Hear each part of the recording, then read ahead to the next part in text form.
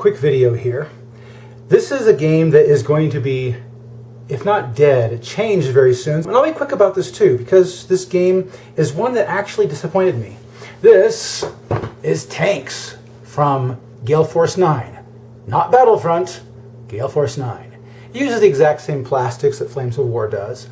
There were two versions of this. There's a modern version that has the T-64 on the front cover. This has the glorious Night Vision Panther. It's designed to be a skirmish game, very similar to X-Wing, but with tanks. Except for you have to assemble your tanks, which I considered a good thing. And I did assemble some tanks. This game released with very little fanfare, had its product plot with very little fanfare. Everybody I know who bought tanks bought them as extra sprues for the Flames of War game because they're the exact same plastics. So it's one of those things where tanks going away and dying isn't a bad thing for any of us because we didn't play the game. As long as we can still get the sprues from Battlefront, we're good. And we still can. Now the weird thing is, the thing that's replacing tanks is a game based off of the video game World of Tanks, which I'm hoping does two things that tanks did not do. One, merges modern vehicles of similar firepower with World War II vehicles that are the same scale. For example, a Leopard 1 and a Panther are relatively similar, except for the gun on the Leopard 1 is a heck of a lot better. And if you ask me, the tracks are way more reliable. But still, they're on the same general power level. If a Panther took a shot at a Leopard 1, it could potentially put a hole in it. But here's the original box. Now, I did the foolish thing, and I bought the box with the expectation that I would be playing, various different games over time. It was, after all, produced by a company which is a sister company to Flames of War's Battlefront. It should have some kind of longevity, right? Nah, not guaranteed at all. Anyway, so I bought this, and I bought a few other things for it. It's actually a very flimsy, cardstock, paper they use for the box, just letting you know. This is what the modern booklet looked like. The front cover was a T-64 though, so don't let the booklet fool you. And this one was really nice because I like modern stuff. Modern Warfare does not scare me away. This also had helicopters in there and missiles, and I thought that made the rules really spicy by comparison. If you do come across tanks and for some reason you want to buy it, unless you are beloved of World War II, I strongly recommend you pick up this version of the game instead of the other one. Of course, technically it has less vehicles, but then again, your vehicles can do more and different things with the ones you have. So this is definitely more of a combined arm game because it has helicopters and missiles in there. So I have that rule book. This is the rule book for tanks itself. It's actually got the same kind of cardstock front that the box feels like it's made out of. Same kind of Coptic texture as well.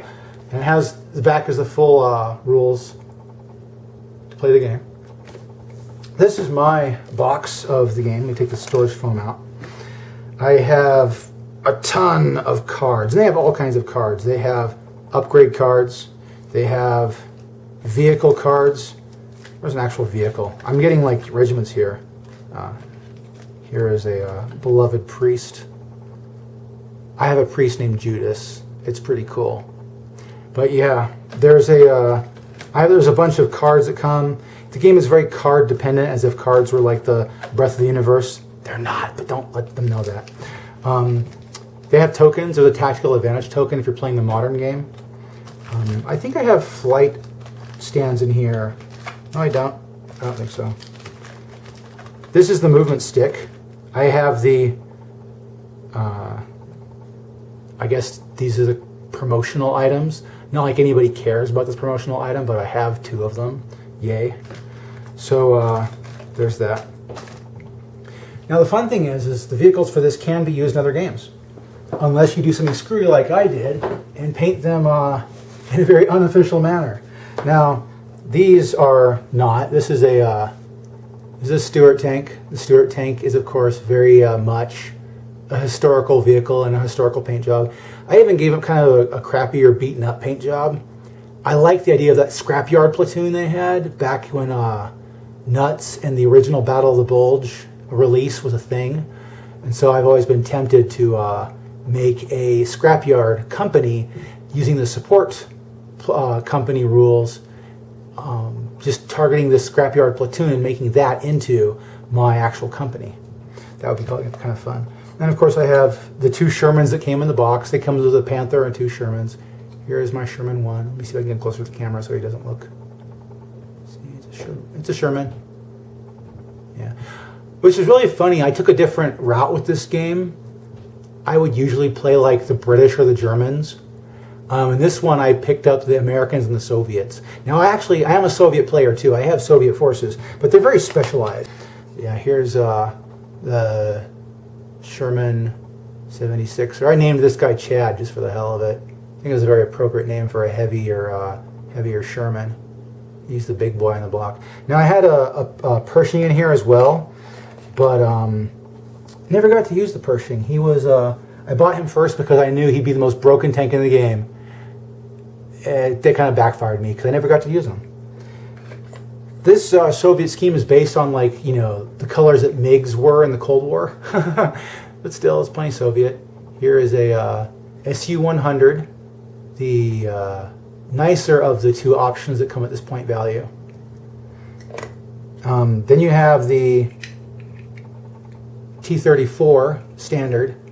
If you just need a tank that, you know, can save you a few points and you can use it to spot the enemy with, this is what I would use. So there's that. And then they're identical, so I can show you one, I can show you both, but they're the same damn thing. This is the one game that Battlefront made where the IS-2 was a glorious tank. I gave my friends the Soviets and I played with the Americans once. Oh my God, these guys wrecked me. They just broke my day. And then I played these 2 Soviets. I played these Soviets as you saw them against some guy's German. And he brought a Tiger, a Panther, and I think it was like a Stug and a Puma. And he pretty much trashed me with that list. It was kind of funny because the Puma was fast and the Tiger isn't as good as this thing, but it's cheaper, so you can put more fun stuff on it. So I was essentially playing 3 tanks to his 4, and it was a pretty nasty little game. But also, I never pulled out the these. These are it comes with pop-out terrain, you know, the cardboard stuff. Never ever considered pulling it out because I used it as like a hard bottom of the box. The box is so flimsy that I decided, you know, there's got to be a hard bottom to it somewhere. My problems with tanks is that if you look at the game cards, let me just pull out the game card again. Here's the a Sherman 76er now. It's a small-scale skirmish game about tanks. What's wrong with this picture? There's like 4 really simplistic stats. There's a few bubbles that are your health points. And then it has like a special ability or 2. One of which is really the nation's doctrine. And the point value, I don't care about the point value being like, what was it, 25 points? That doesn't matter so much to me. What matters is that for a game, it's supposed to be a skirmish granular tank game. This is bullshit level granularity. This, I mean, why not use arcs? Why not have like different speed ratings? Why not go and do something where you have like very detailed like gun statistics by comparison to Flames of War?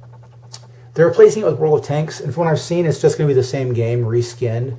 They're doing their miniatures are coming pre-assembled, pre-base coated, and pre-varnished. By God, I hope by pre-varnished they don't mean like gloss varnished. I hope it's a nice matte varnish you can paint over, because God knows if I buy this game a second time with a different name on it, I want to still be able to paint my tanks. I had X-Wings miniatures, and I repainted those. The pre-paints weren't enough for me. I turned my my A-Wings into the Green Squadron. So yeah, I love painting miniatures, and I will not play a miniature game where you can't paint miniatures. That's just wrong. You should never have that. But in any case, this is tanks. It is it's a game that's still there, but I can guarantee you this game is gone. They're going to be making World of Tanks as a replacement for tanks, and I think if they do a few things with it, if they make it so that the 2 different time periods can interact, you know, having weak modern tanks, like having Spartans and Leopard 1s fight World War II tanks is not a bad thing. Having an M1 Abrams fight a Sherman or T-34 is asking for murder. But there's a lot of crossover where this could be really cool. Like, what's that one thing? Put a Bradley against these things. A Bradley would do just fine against most World War II tanks. Not the biggest ones, like a Tiger or Panther, Pershing, IS tank would still frighten a Bradley. But yeah, overall, this is a game that it never took off. I'm not sad to see it go. It's going to get replaced, but there it is. Thanks by Gale Force 9. Well, Gale Force 9, good luck with World of Tanks. May it be a better game.